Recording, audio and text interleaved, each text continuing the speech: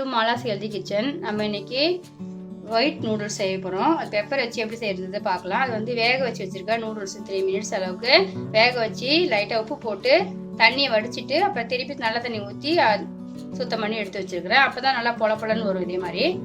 அப்புறம் வந்து beans 100 gram பொடியாக நறுக்கி வச்சுருக்கேன். கேரட் 100 கிராமு பொடியாக நறுக்கி வச்சுருக்கேன்.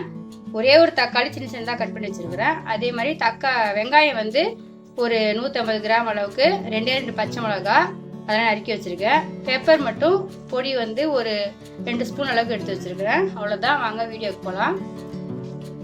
இப்போ நான் கடாய் வச்சுருக்கிறேன். அது வந்து ஆயில் ஊற்றிக்கலாம்.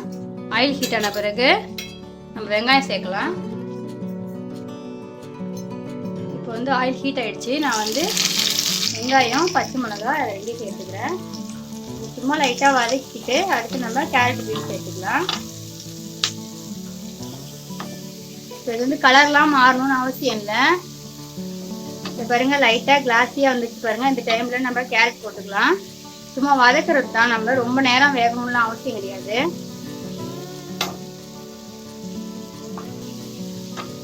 அடுத்து வந்து பீன்ஸ் சேர்த்துக்கிறேன். அடுத்து இதுக்குள்ள தேவையான கொஞ்சமாக உப்பு சேர்த்துக்கிறேன்.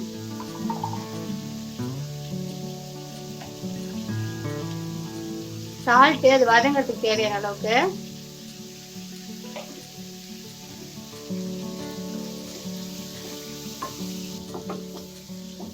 நம்ம போட்ட வெங்காயம், பீன்ஸு, கேரட்டு எல்லாமே வந்து லைட்டாக ஃப்ரை ஆயிடுச்சு. இது போதும், ரொம்ப வேகணும், தண்ணிலாம் தெளிக்க வேண்டியதில்லை.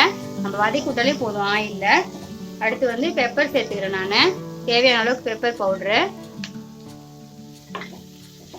இதையும் மிக்ஸ் பண்ணிவிட்டு அடுத்து நூடுல்ஸ் சேர்த்துக்கலாம். இது வந்து நான் வந்து கம்பெனி நூடுல்ஸ் எதுவும் சேர்க்கல, சாதா நூடுல்ஸ் தான். மார்க்கெட்டில் எல்லா இடத்துலையும் அவைலபிள் இது. இதை வந்து நம்ம சேர்த்துக்கலாம்.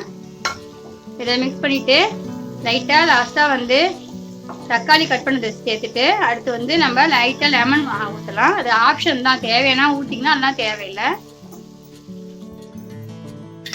இது எல்லாத்தையும் மிக்ஸ் பண்ணிட்டேன் நான். நம்ம போட்டது நூடுல்ஸு காய் எல்லாம் மிக்ஸ் பண்ணியாச்சு. இப்போ வந்து நான் வந்து பொடியாக கட் பண்ண தக்காளி சேர்த்துக்கிறேன்.